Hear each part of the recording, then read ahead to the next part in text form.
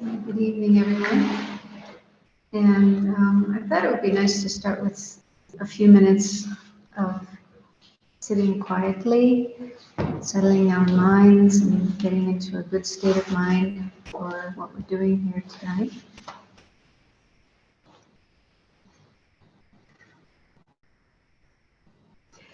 So make your posture a comfortable one.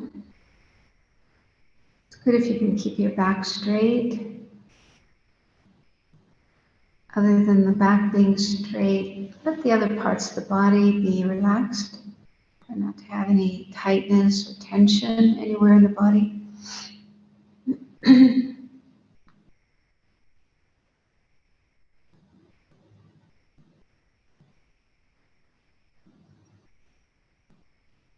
And it's helpful to take a few deep breaths, breathing in slowly, deeply, pausing for a moment, and then exhaling slowly. Let the breath go out slowly, and as you breathe out, imagine any tension in your body going out with the breath. Do that for 3 breaths, and then go back to normal breathing.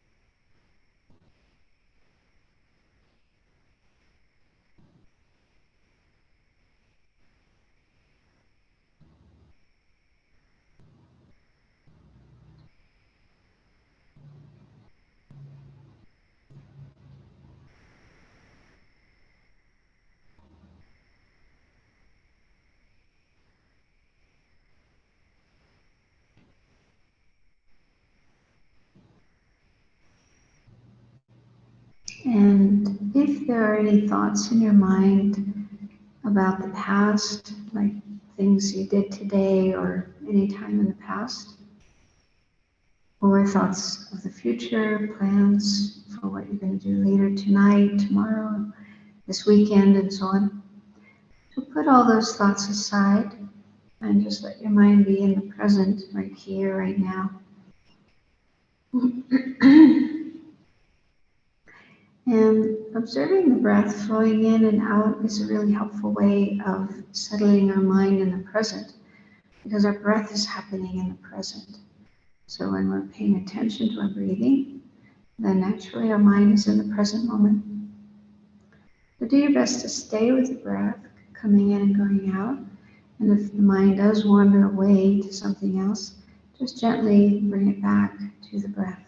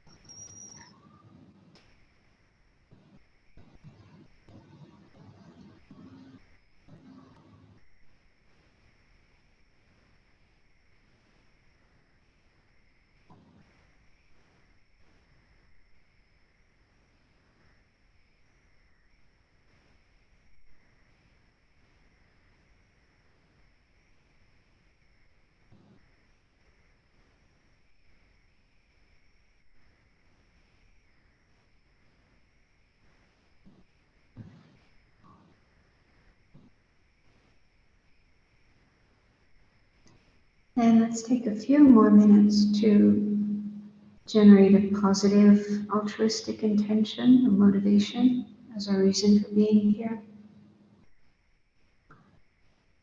So all living beings, ourselves and everyone else, is basically the same in wanting to be happy, wanting to have positive experiences, and wanting to not suffer, to not have pain or any kind of unpleasant experiences. This is something that unites all of us.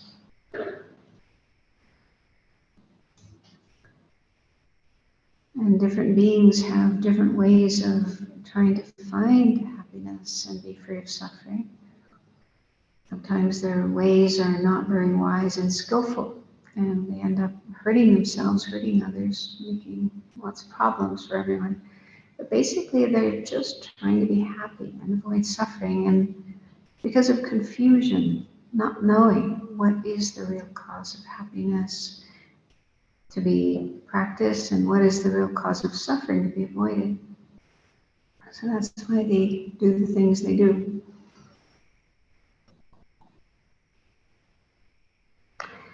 And we are dependent on others for everything. Our bodies, the food that we eat, the water and other beverages we drink, the homes we live in, the clothes we wear, our knowledge, all the things we enjoy, entertainment, books, movies, music, and so on. So in every aspect of our life, we depend on others. Others provide us with these things that we need and use and enjoy.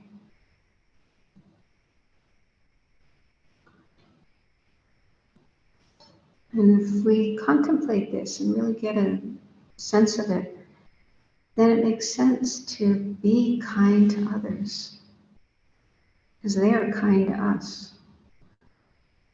It's not always intentional, but we do benefit from the things that they do, producing our food, making our clothes, and so on.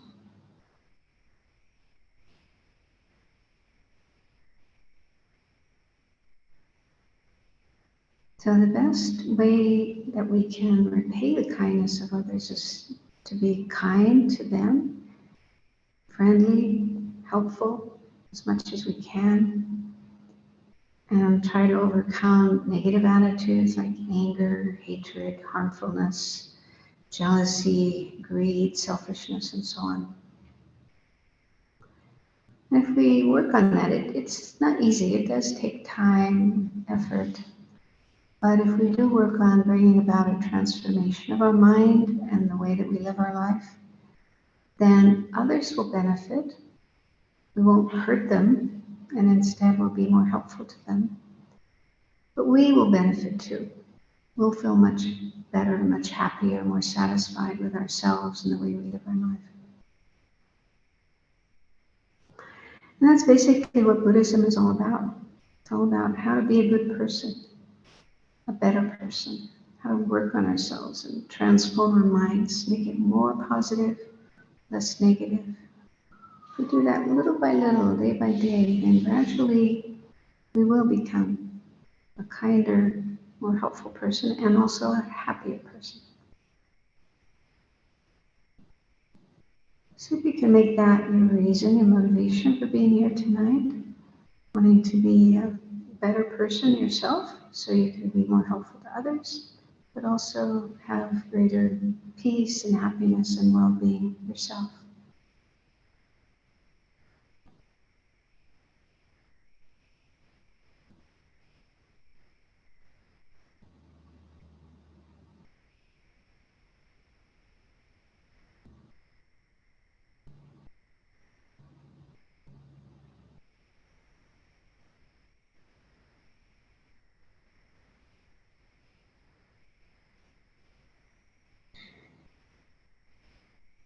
Okay, so someone suggested that I talk about this recent issue that came up with His Holiness the Dalai Lama just in the last couple of days. because some people may be feeling upset about that, confused about that, and so I have a few things that I could share, and if anyone has other ideas or other questions, then we can bring those up. And if we run out of things to talk about with that issue, we can see if there's any other things you would like to talk about. So, are you all aware of this incident that happened? No? Well, I only found out about it Tuesday morning when I arrived here and opened my email, and yeah, so there was this little video. It's just a part of a longer video. Back in February, the end of February, the Dalai Lama was meeting with some Indian people who are, I don't remember the name of this group, but anyway, there was some kind of meeting between them and him. And it seems that at the end of the meeting, this little boy came up and said, I would like to hug you. Can I hug you? And so the Dalai Lama said, sure. So the little boy came up and hugged him. And then for a few minutes, there was this interaction between them. And the Dalai Lama asked the little boy to kiss him on the cheek.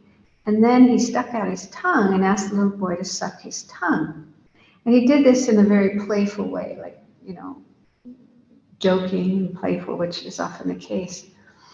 And then the little boy didn't touch his tongue, but they touched their foreheads to each other, and then again hugged, and then the Dalai Lama tickled the little boy, and he was like, so it was just kind of this fun, playful interaction.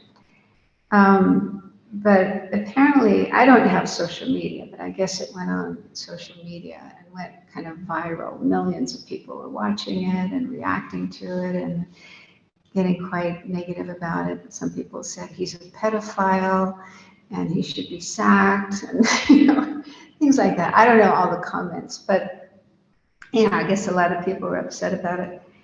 And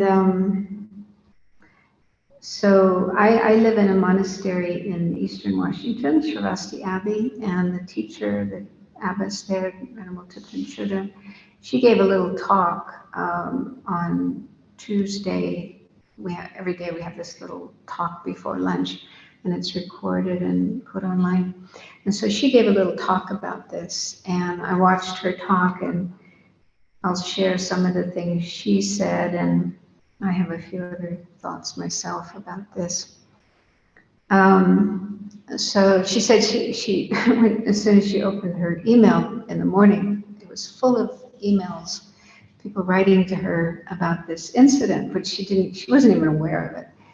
And they were really, really upset. And so she felt the need to address this situation. And she said she heard from one person wondered if the video may have been created by artificial intelligence. Is that right? That it is possible to fabricate videos and make people look like they're doing things.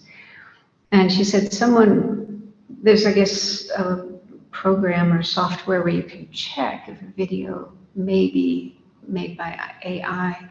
So somebody did that check and it came out, there's a high probability that it was created by AI. So we don't know for sure, but that is one possibility. And it's also a little bit strange because this meeting took place on February the 28th, which is like 6 weeks ago. So why is it only coming out now? I mean, if people were really upset about what happened, you would have thought it would come out immediately. So it's a little strange, the circumstances of it. And then another thing is cultural considerations. Different cultures have different ways of behaving, and what is considered okay in one culture may not be considered okay in another culture. So you might know that Tibetans have this thing of sticking out their tongues. I don't know, there's a story behind it. I can't remember what the story is, but it's a greeting, sticking out your tongue. It's a kind of greeting. I don't know if they still do it so much now, being out of Tibet, but in Tibet, that was a common thing, to stick out your tongue in greeting rather than, we do it as a sort of insult, remember when I was a kid, you know, when you're mad at somebody, that's kind of a nasty expression, but for Tibetans, it's a friendly expression. So that's another thing. And and also Tibetans, they can be very affectionate, like males. If you visit monasteries, Tibetan monasteries, you'll see the monks hanging out with each other and hugging each other and hanging on each other's shoulders and holding hands. I mean, they're quite physical. And that's considered okay. It's not considered weird or suspicious. So that's another thing that, you know, there could be certain cultural aspects of that. And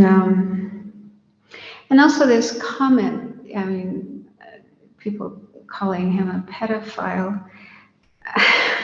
I doubt that the Dalai Lama has much understanding of pedophilia. I mean, he's been a monk since he was this big, most, you know, spending the early part of his life in Tibet, and then even coming out of Tibet, he's been, you know, fairly sheltered life, living amongst monks and Tibetan people. And yeah, I just don't know. I mean, he has meetings with scientists and teachers and so on, but how much he might understand about things like pornography and pedophilia, I really doubt that he's knowledgeable about that. And so he probably just isn't aware of what can happen between an older man and a young child, and that kind of behavior might appear suspicious. And also, when you think about it, there's a big group of people and cameras, right? Now, if a pedophile wants to do something to a little boy, are they going to do that in front of an audience with cameras on them? I think that's quite unlikely. So I don't think that accusation has any basis. I think he was just being playful. He is like that. There was this video that came out, I think it was just last year, called The Book of Joy, or it's related to The Book of Joy. Is that the title of the video? It's a documentary of his friendship, basically, with Bishop Desmond Tutu. I mean, you see the two of them together. I mean, they're just like little kids. They're teasing each other, you know, making jokes and just roaring with laughter. And that's his nature. And it seems like that's Bishop Desmond Tutu's nature too. They like to joke and play around. So, yeah, he's often like that. So I really think that's what was going on. He was just playing with this little boy. I mean, it is strange. I do have to admit, it's kind of strange what he did. But this morning I was thinking about it, and something occurred to me. It's no, maybe not the case, but it's possible that maybe he was thinking about ice cream. Because, you know, there's these ice cream bars on a stick, and sometimes they're pink because they're strawberry or raspberry or whatever, and they're kind of shaped like a tongue, right? And so maybe His Holiness has seen kids with these ice creams in their mouth, sucking on them, licking them, and thinking, oh, that looks like a tongue. And maybe that's what it was in his mind, and he was just playing, you know, like, lick my tongue, it looks like an ice cream bar. I don't know, it's just something that occurred to me. I really don't know what was in his mind and why he did that. But anyway, I really doubt that it was anything nasty, anything sexual, anything, you know, that people are getting all upset about. And there was an apology. I mean, he did apologize and said he was sorry, he regrets his action and his words, and, you know, didn't mean to hurt anybody. So those are just some thoughts. And another thing that Venerable Children brought up was, okay, we need to look at our own reaction, you know, what's going on in our mind about this. And I guess some people have been quite upset. But, you know, where do we go with that? I don't know if anyone is so upset that they might think, okay, I'm going to take down all my pictures of the Dalai Lama and not listen to his teachings anymore, not read his books anymore. I'm going to totally dissociate with that person. I don't trust him anymore. I don't know if anybody would go that far, but it's possible. It's possible that somebody would do that. And is that reasonable? You know, is it reasonable to completely lose trust in somebody because of one action that they did that was a mistake, was an inappropriate behavior? And I don't think you really understood, you know, the implications, what it looked like and how people would react to that. And I think it's also good to think about ourselves. Like, have you ever done anything like that? Have you ever made a blunder, done something or said something that caused people to get upset and project things on you that you really didn't intend at all? I know I have, and probably most people have, right? Sometimes you're just excited or you just don't think, you just act, and then, you know, it doesn't turn out very well at all. People can get quite upset. And then we feel regret. Oh, I wish I hadn't done that. I wish I hadn't said that. So we've been in that situation ourselves. But then you may say, but he's the Dalai Lama. He should know better. He's this high Lama. You know, he shouldn't make mistakes. But it does say in the teachings that even highly accomplished beings like Aryas. Aryas are those who've gained the direct realization of emptiness. So they're pretty high and far along the path. Even they can make mistakes. Even arhats, those who've attained nirvana, because of imprints that are still in their mind from the past, that can cause them to just act in certain ways that aren't very skillful. And the Dalai Lama doesn't pretend. He doesn't say, I am a Buddha and I'm perfect and I never make mistakes. He always says, I'm just a simple monk, and he's been working very hard on his practice, but he makes no claims to his level of realization. So, so it's, you know, as long as we're human beings, we have a human body, and our mind isn't like fully developed, fully enlightened, then it's possible to make mistakes. So when thinking about our own mistakes, our own blunders, how would we like people to deal with that?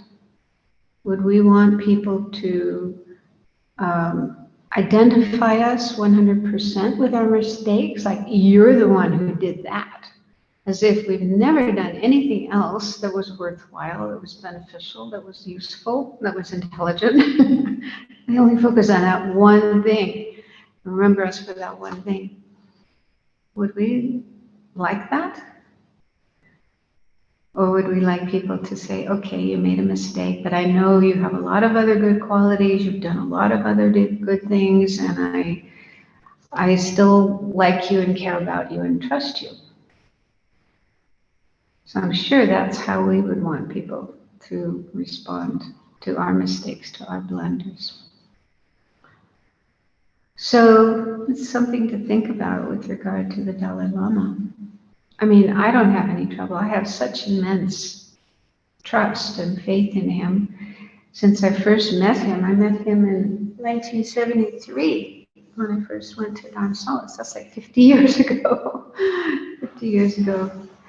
And I have just, I mean, not that I've had a lot of personal interaction with him, but just going to his teachings and attending some meetings, being fairly close up with him, he just blows my mind. His kindness, his compassion, his wisdom, his incredible knowledge, and his dedication to the Dharma, dedication to people, helping the Tibetan people, helping as many people as he can all over the world. So I'm just totally blown away by him and his qualities and what he's done. And so this little incident, you know, isn't going to damage my trust and my respect for him. That's my personal thoughts and feelings about that.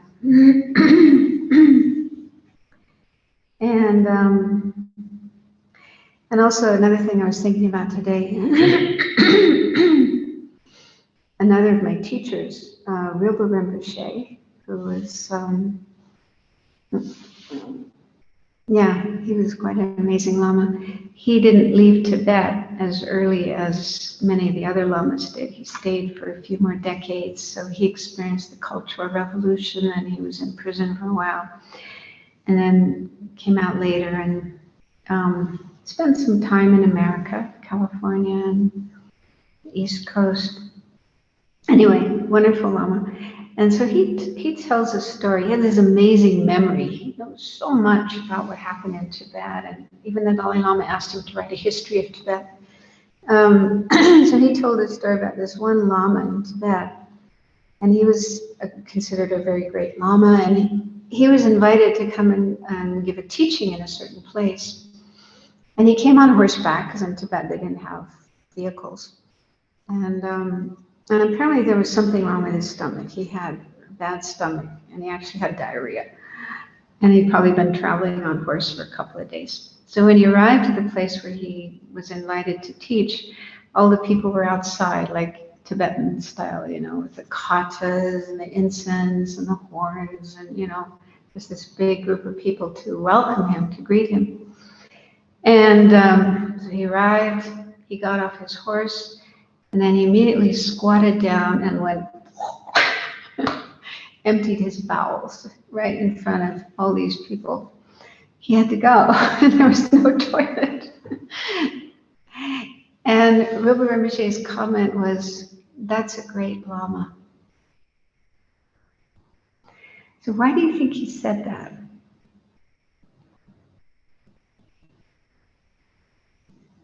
He wasn't attached to anything. Reputation. Yeah. I mean, you probably heard about the 8 worldly dharmas, the 8 worldly concerns that we tend to get hung up on, being attached to gain and loss, and praise and blame, and pleasure and unpleasant experiences, and then reputation and disrepute. And they say that's the hardest one to get over. We are so hung up on our reputation, what other people think of us. And so, yeah, I think this Lama just didn't care what other people thought. So he got up and just went in and started teaching.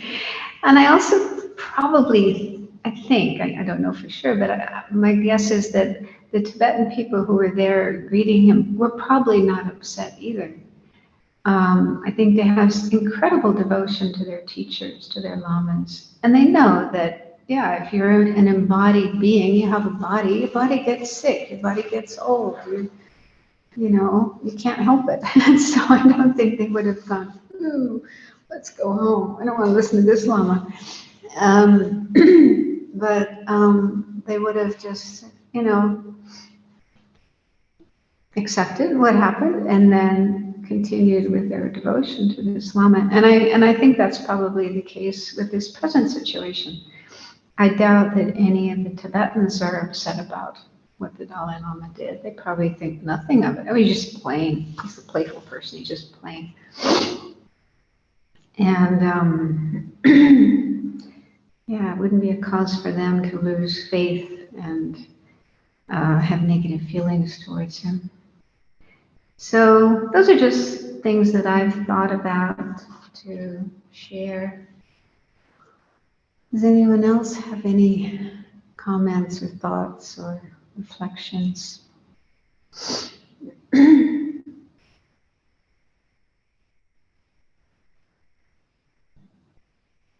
Dawn had a thought she shared with me earlier that I thought was perfect.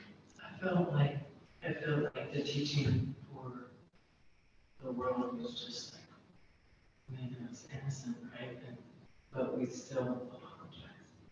Like, no matter who you are, or who you think you are, or who people think you are.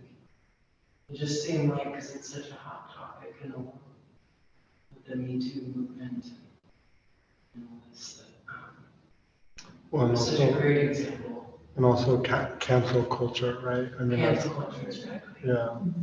Well, a lot of that has to do with how we label people. The second somebody does something bad, all of a sudden they're a bad person. That's that dualistic labeling. Mm. I think also there's filtering, we Hmm. we filter, okay? So those of us who think highly of the Dalai Lama are gonna continue to think highly of the Dalai Lama. And speaking for myself, it just kind of sounds a little out of character, but, well, whatever, maybe it was distorted in his presentation. And those that have been wounded by pedophilia themselves are gonna go, oh, a little bit more, and maybe they would consider taking down his picture or not, And then there are people that naturally speak negatively about others and spread gossip, and they're going to behave the way they behave, and so on, I think it's actually really important that the world sees how His Holiness handles this, because nobody handles this well. And the example Don and I were talking about this morning was Alec Baldwin shot and killed somebody, and he couldn't take responsibility for his actions. And yes, it was an accident probably, but nobody takes responsibility for anything anymore. And His Holiness is showing us how easy that is. Yeah, some people would just blame others, get angry, defensive. So just, I'm sorry. I regret what I did. Let's get on with things. My question is, has the family of the child made any comments since the incident? I have no idea. I was trying to find information. I don't have social media, so I just same. go on the internet and I was trying to find information, but yeah, I mean, who released this little video in the first place? Where did it start? And like I said, it's like 6 weeks ago. So what's been going on for the last 6 weeks? Why did it take them so long? So who knows? And the little boy's face was blurred. I don't know what they do that. They do that so you can't actually identify him, which is nice.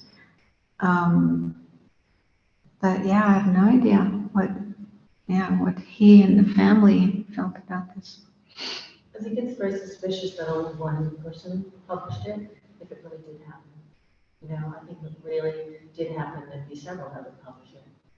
And well, look at this, given how many cameras are involved.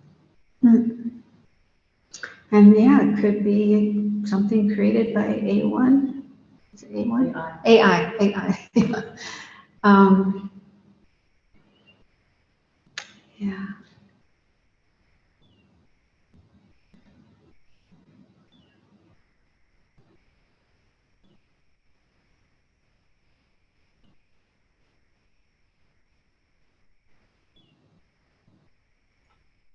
Venerable Khadro. But today I was looking for more information and I couldn't find anything that was recent. Everything was like 2 days ago. So it made me think that, okay, that was one thing that happened and now all these other things are going on and that's what people are talking about. So I just hope that people don't hang on to it and hold it against His Holiness. But if they do, that's their karma. So we're just responsible for our minds, our thoughts, and that's the important thing, is to try to keep our minds positive and clear. And yeah. So if anyone else has something you'd like to bring up,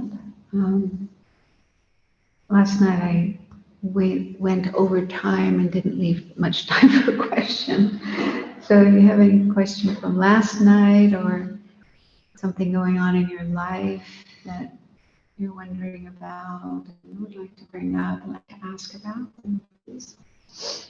And also, yeah, people watching online can also send in questions. Might be easier to read. There was a question, I think, about meditating on happiness from your book, on how to meditate. I think that was the question. That was challenging. On the computer. Yeah.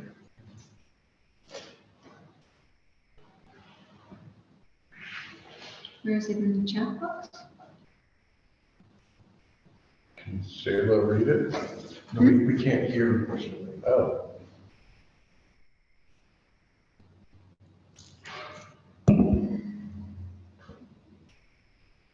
The most challenging chapter. Okay, we were talking about your book. The most challenging chapter for me is meditating on emptiness. Do you have any advice or tips for this difficult meditation? Yeah, actually, I agree. It is a difficult meditation. And that book came together, that's going back 30 years, 40 years when I did that book. And Venerable Robina was the editor, and she was also giving me ideas and telling me, do it like this, do it like that.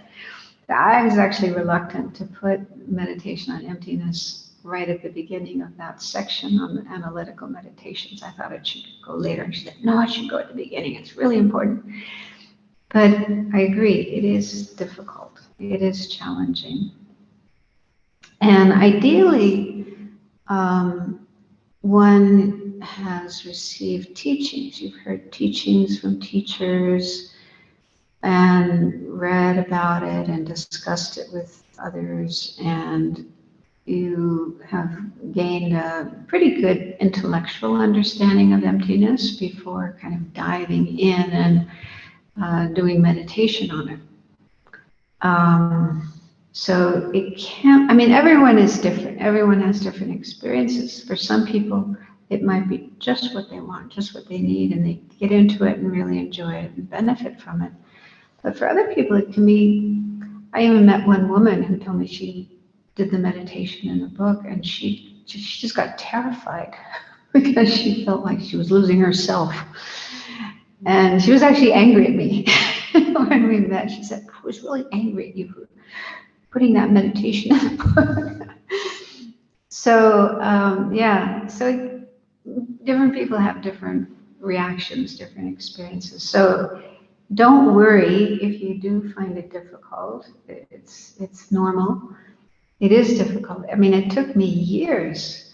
When I first started learning Buddhism back in 73 in India, and I could relate to most of the other teachings, especially bodhicitta. I was really attracted to bodhicitta. But when it came to emptiness, I just felt like, what? What is that? What are they talking about? I didn't understand anything. It took me years before I started getting a little bit of inkling of what emptiness was all about. And even then, even now, it's still a struggle for me. It's not something I'm completely comfortable with. So it is one of the most difficult topics in the whole of Buddhism. And it's also something to be very careful of, because it's easy to get wrong. It's easy to end up with the wrong understanding, misunderstand it. And so it's best to go slowly, rely on good teachers, reliable teachers. Just kind of stick your toes in the water and try it out. But if it's uncomfortable or difficult, then it's okay to come back and just spend more time learning about it.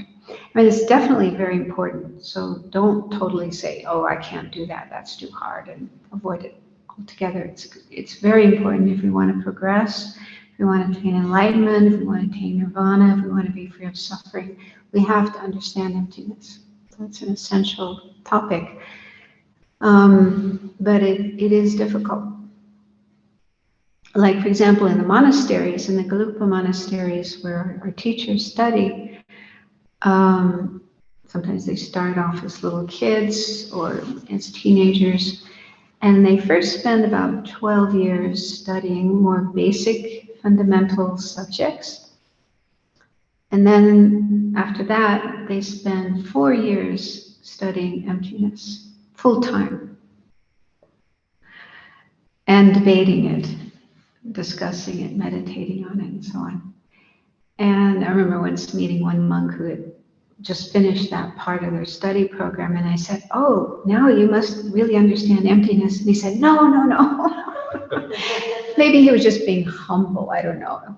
But yeah, it just gives you an idea of how difficult it is, even to get an intellectual understanding of emptiness, but then to actually experience it in meditation is a further step.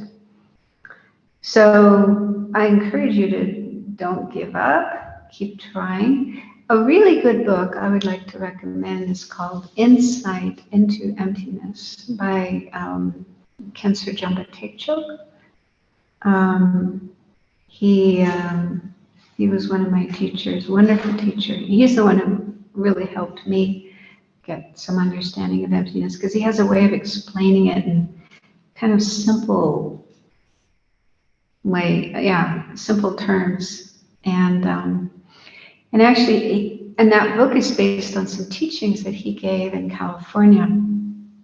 He was staying at Land of Medicine Buddha for, I don't know, about a year maybe.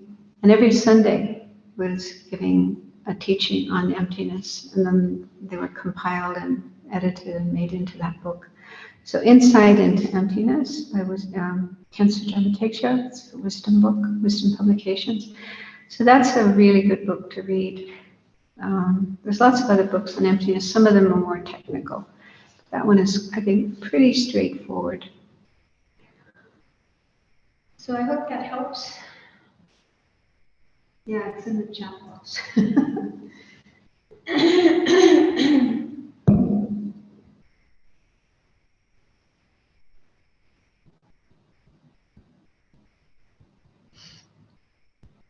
Another person mentioned, going back to His Holiness, I hope this incident does not change His Holiness the Dalai Lama, that he remains just as playful and loving. I hope so too.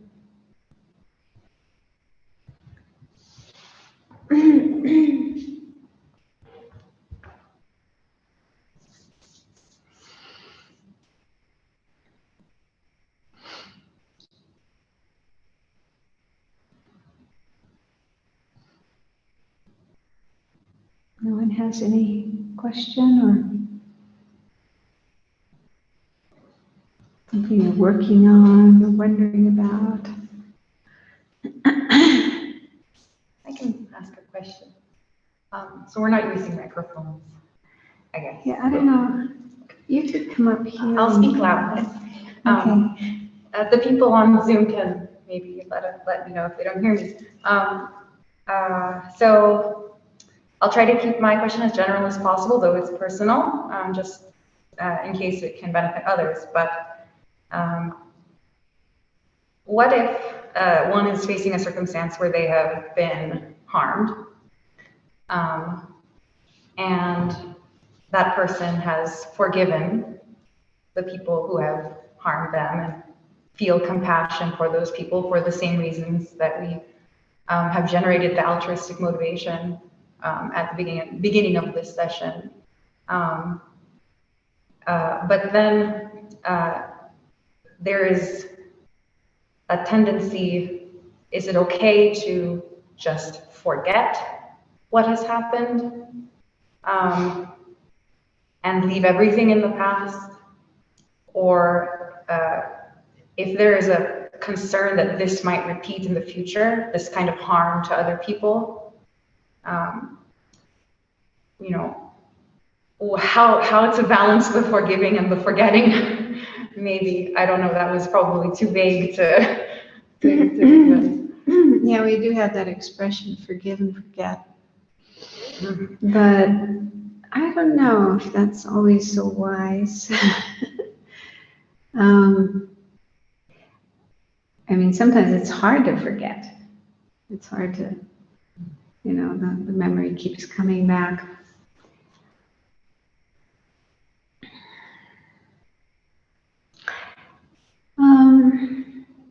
So yeah, let me just repeat the question to make sure I got it and make sure the people online hear it.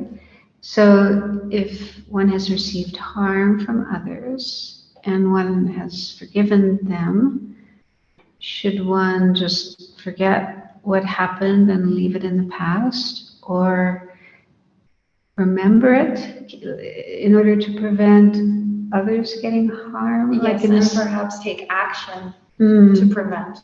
Yeah, that's that what I harm. was wondering if you meant. Like perhaps warning others about what this person In a way. did, and In a way. yeah. Yeah, this is difficult question. So if the person who harmed or the people who harmed are still alive and out there, and there is the possibility or the potential that they might repeat that kind of harmful behavior, is that the idea? Yes. Should you somehow Yes.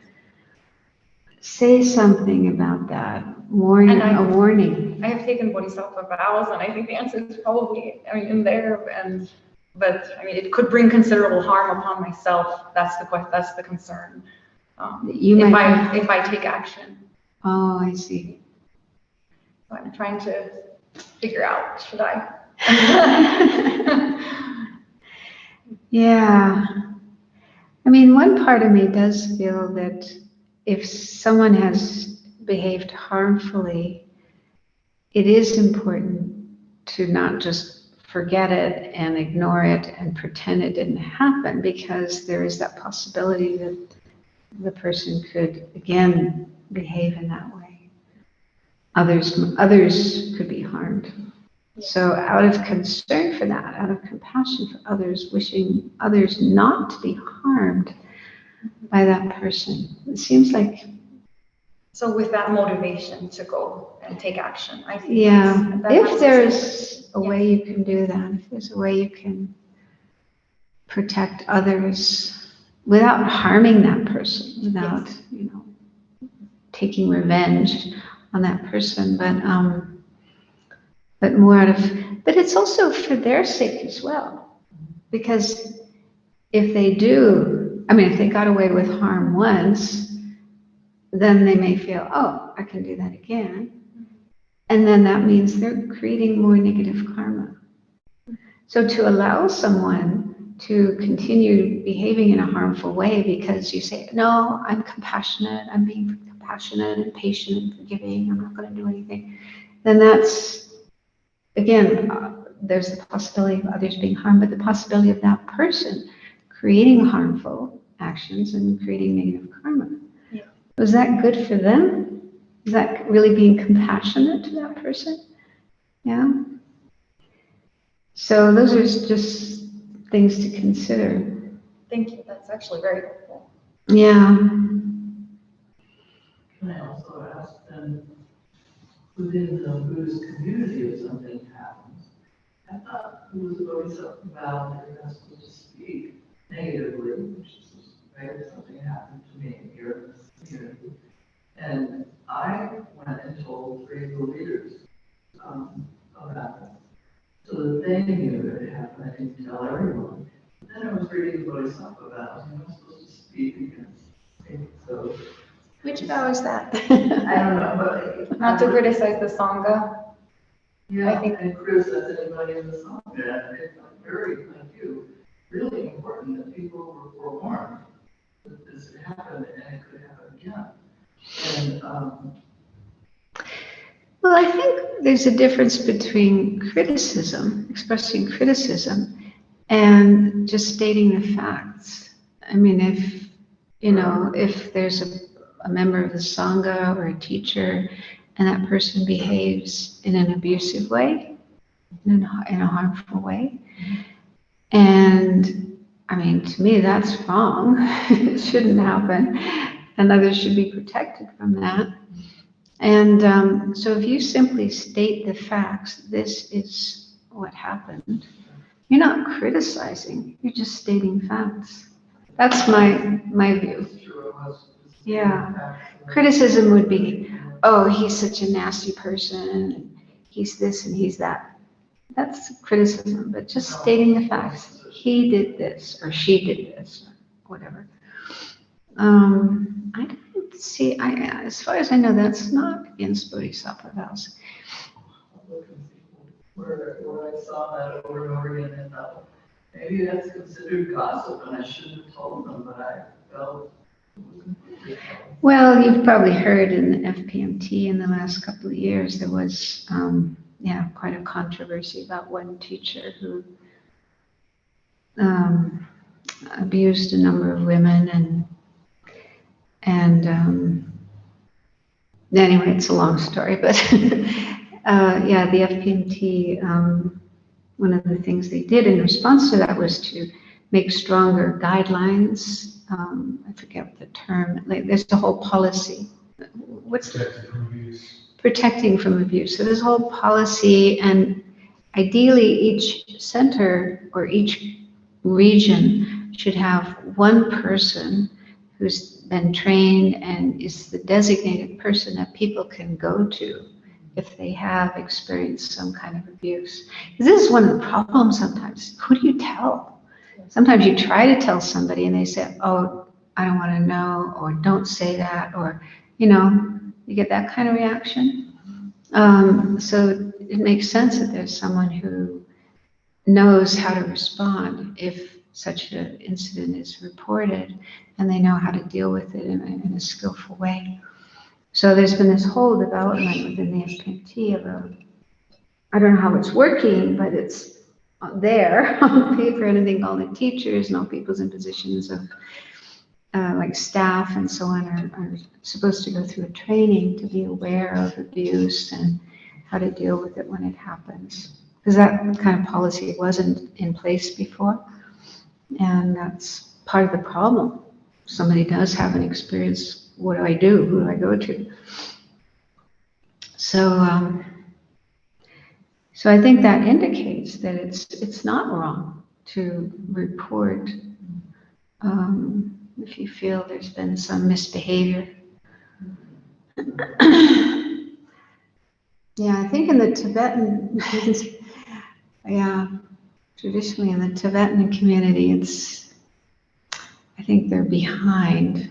I hope they catch up. Just to share one story, one monk that I know who's studying in one of the monasteries in India, he's an American monk, and he had a friend who's a Tibetan monk. And one day what happened? Yeah, so this Tibetan monk, they were classmates or friends, decided to disrobe and leave the monastery. And he told this American monk that he'd been sexually abused by an older monk. And it seems that he tried to tell his teacher. His teacher, I think, did believe him, but his teacher said, don't tell anybody. Keep this to yourself. And it seems that the idea is it will damage the image of the monastery if this kind of story gets out. So that seems to be a typical way of dealing with things. Just don't talk about it. Pretend it's not there. And I talked to another Lama who said, when he was studying in the monastery, he was aware of incidents of younger monks being abused, but it's not talked about. So hopefully that will change. Hopefully some kind of protection policy will be put into place. But that's historically, that's how it's been handled, and I don't agree with that. I think these things need to be addressed. Similar to the Catholic Church and many, many religions and universities and sporting clubs and so on. So it's many, many places like that. So I'm really glad in the last couple of decades that this kind of thing is coming out in the open, and people feel more free to talk about it, and there's policies to protect people. I do hope in the Tibetan tradition, and I've heard as well in other Buddhist traditions in Sri Lanka, probably everywhere. It's human nature, but it needs to be addressed, not just swept under the carpet. That's my feeling. I don't think it's contrary to the Bodhisattva vows, because again, if you let an abuser continue behaving that way, is that good for them? Is that helpful for them? And more victims will be subjected to that. It's not good for anybody. That's my personal view. Others may have other views, but yeah.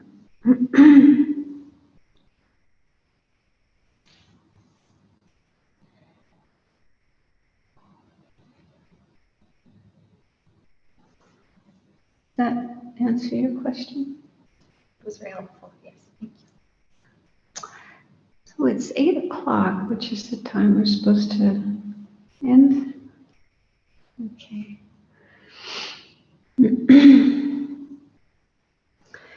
So let's conclude with dedication of the merit, the positive energy coming together and having a positive motivation, compassionate, altruistic motivation for being here and doing what we're doing.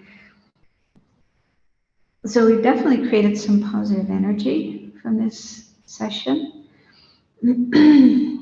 So let's share that energy with others, with all living beings. May it be a cause for all sentient beings to be free of their suffering and also the causes of suffering, especially ignorance and other afflictive emotions, attachment, anger, and so on. May they all meet spiritual teachers who can guide them on this path out of suffering and to genuine happiness, liberation, and eventually enlightenment. So may this be a cause for all living beings to have all the conditions they need to develop their potential for enlightenment and finally reach that state of enlightenment.